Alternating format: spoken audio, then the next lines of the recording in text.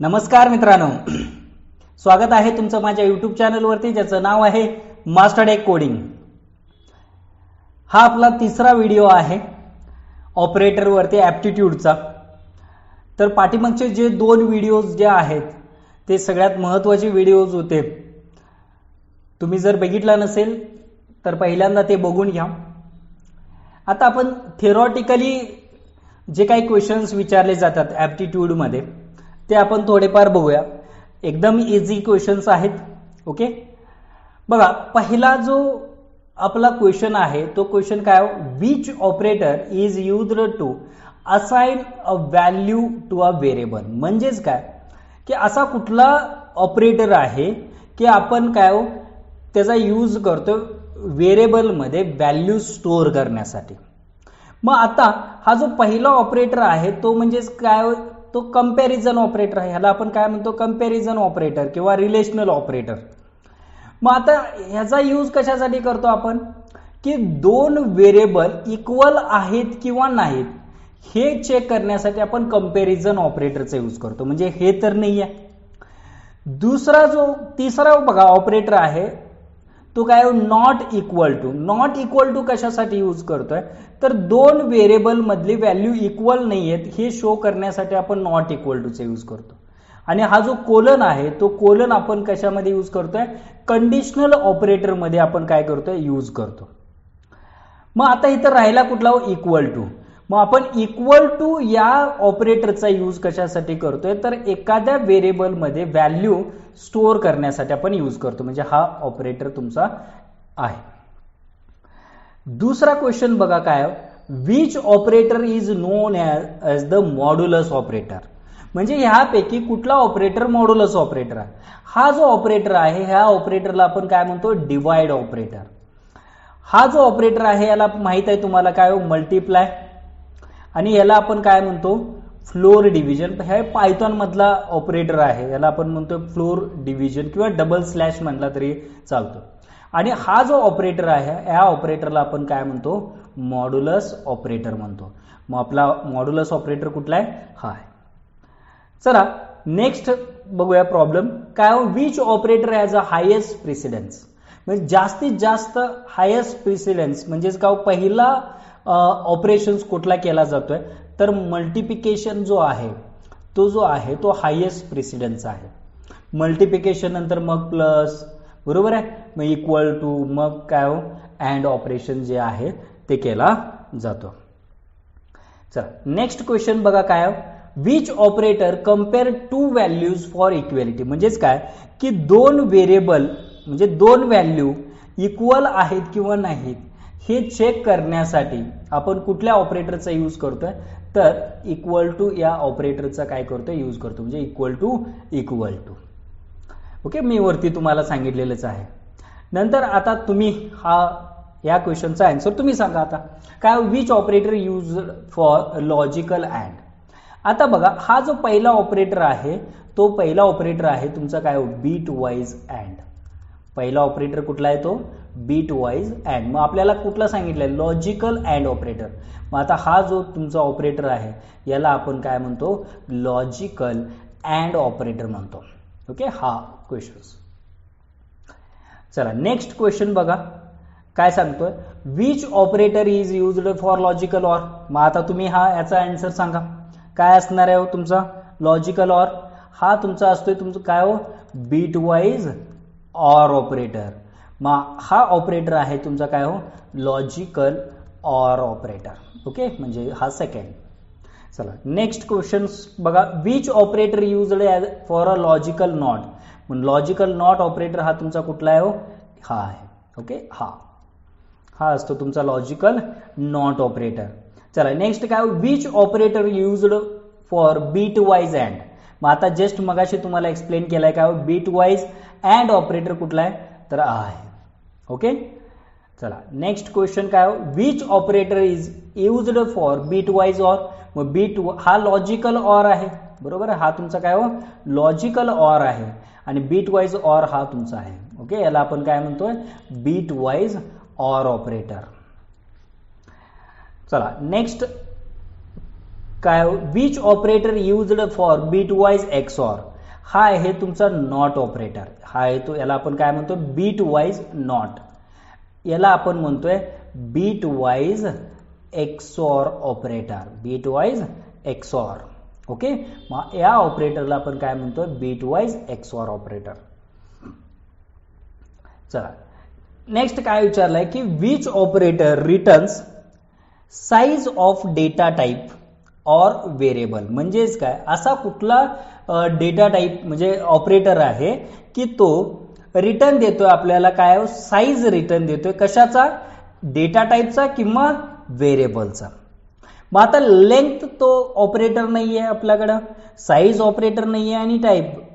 Size of operator जो आहे, size of operator हा आपल्याला काय रिटर्न देतोय, तर डेटा टाइपचं जे काही साईज असेल किंवा व्हेरिएबलची जी काही साईज असेल तर तो साईज आपल्याला काय रिटर्न देतो, साईज ऑफ. मग ह्याचा यूज आपण कसं करतो, त्याचा जर सिंटॅक्स जर तुम्ही बघितला सिंटॅक्स तर काय लिहितोय साईज ऑफ, आणि त्याच्या ब्रॅकेटमध्ये आपण काय लिहितो, जे काही डेटा टाइप असेल तो डेटा टाइप किंवा एखाद्या व्हेरिएबलचं नाव लिहिणार असेल तर तुम्ही व्हेरिएबलचं नाव लिहू शकता.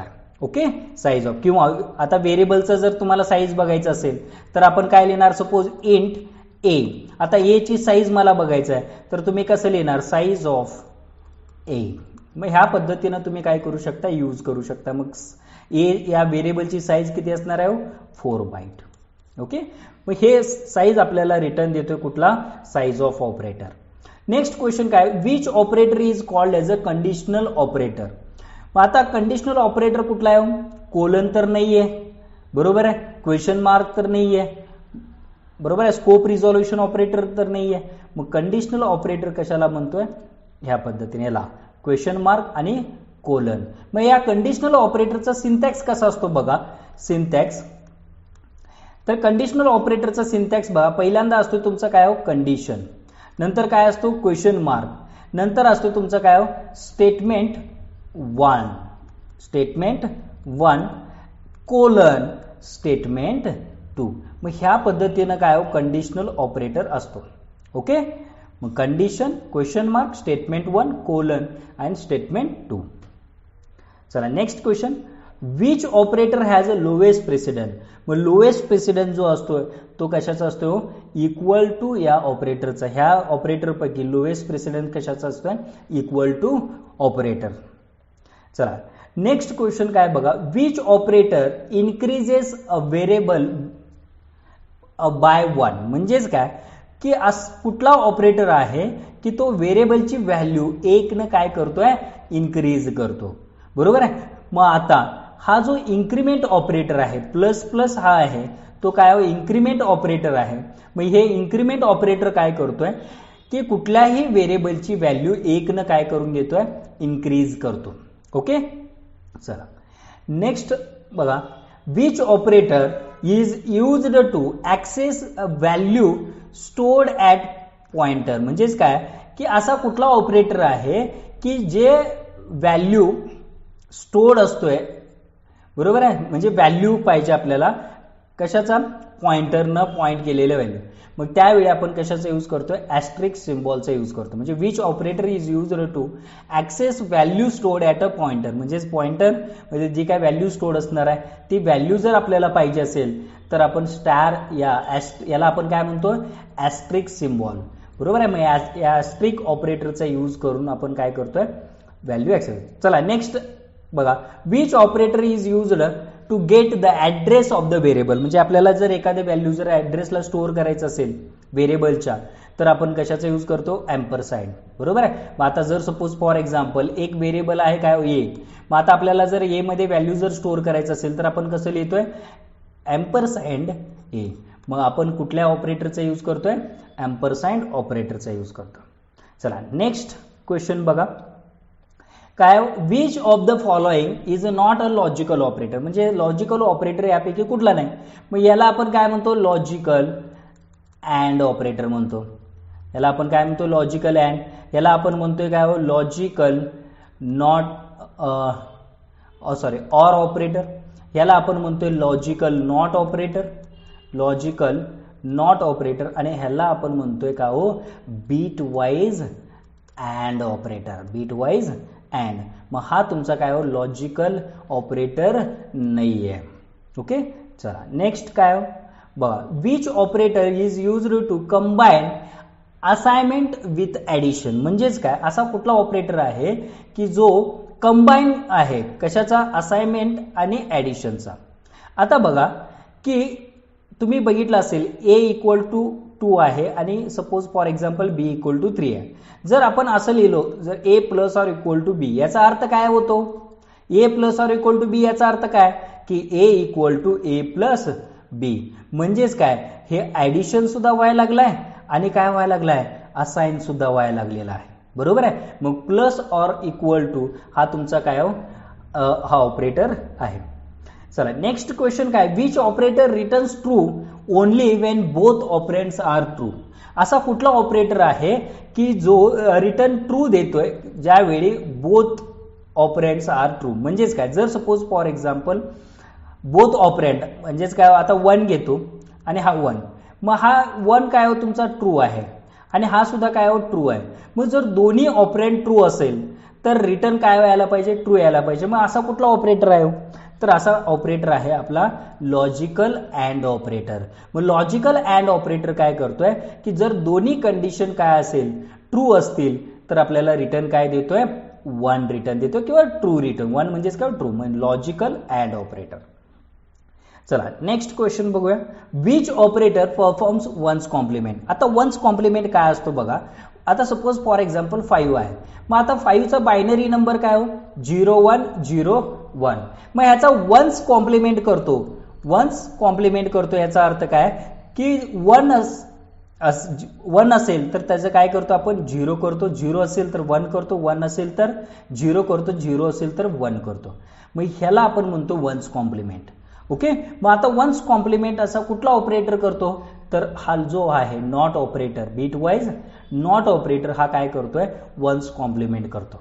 ओके चला नेक्स्ट क्वेश्चन बघा, which operator is used to multiply a variable by a value and assign the result. म्हणजेच काय मगाशी आपण बघितलेलं होतं की कंबाईन पहिल्यांदा मल्टिप्लाय करायला पाहिजे आणि काय हो मग नंतर काय हो असाइन द रिझल्ट. मग आता काय हो की ए मल्टिप्लाय ऑर इक्वल टू बी जर असं लिहिलं असेल तर याचा अर्थ काय झाला की A equal to A multiply बी. मग पहिल्यांदा मल्टिप्लाय करायला लागलाय मग काय करायला लागलाय असाइन करायला लागलाय व्हॅल्यू. मग आता कुठला असणार आहे मल्टिप्लाय ऑर इक्वल टू. चला नेक्स्ट क्वेश्चन बघा काय हो, which of the following is a binary operator. आता बायनरी ऑपरेटर कुठला, बायनरी ऑपरेटर म्हणजेच काय की ज्या ऑपरेटरला 2 ऑपरँड लागतात. ओके, ह्याला तर आता एकच ऑपरेटर लागतो, ह्याला पण एकच ऑपरेटर. मग इथं तर काय ऑपरेटर आपण देतच नाही, त्याच्यामध्ये आपण काय डेटा टाईप देतो. मग प्लस ऑपरेटर हा काय तुमचा बायनरी ऑपरेटर. म्हणजे आपण लिहिताना कसं लिहितोय ए प्लस बी. मग हे काय येतो तुमचे 2 ऑपरेंड आहेत. मग 2 ऑपरेंड ज्याला लागतात त्याला आपण म्हणतोय बायनरी ऑपरेटर. मग आपला काय प्लस हा जो आहे तो बायनरी ऑपरेटर आहे.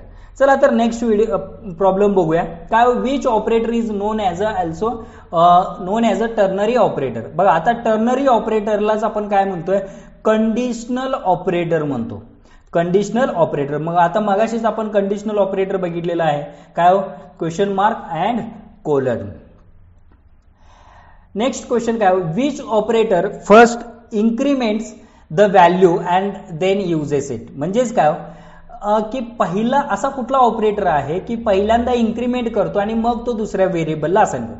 आता बघा जर सपोज फॉर एक्झाम्पल इंट ए लिहिला, ए ची व्हॅल्यू सपोज फॉर एक्झाम्पल 5 असेल आणि अजून एक व्हेरिएबल घेतो मी इंट बी आणि त्याच्यामध्ये व्हॅल्यू देतो मी प्लस प्लस ए. मग प्लस प्लस ए हा काय की प्री इन्क्रीमेंट आहे. प्री इन्क्रीमेंट काय करतोय स्वतःमध्ये व्हॅल्यू 1 ने इन्क्रीमेंट करतो आणि मग तो दुसऱ्या व्हेरिएबलला काय करतोय असाइन करतोय. मग आता ए ची व्हॅल्यू किती झाली 6 आणि तो कशाला असाइन केला बी ला. मग प्री इन्क्रीमेंट काय करतोय स्वतःमध्ये पहिल्यांदा इन्क्रीमेंट करतो आणि मग तो यूज होतो. नेक्स्ट काय, which operator first decrement value and then use it. मग आता कुठला असणार आहे प्री डिक्रीमेंट. मग प्री डिक्रीमेंट हा काय करणार आहे पहिल्यांदा डिक्रीमेंट करणार आहे मग तो यूज होणार आहे. क्लिअर झाला आता. ओके, मग अशा पद्धतीनं हा व्हिडिओ इथं संपलेला आहे. जर हा व्हिडिओ तुम्हाला जर आवडला असेल तर लाईक करा, शेअर करा आणि सबस्क्राईब करायला विसरू नका.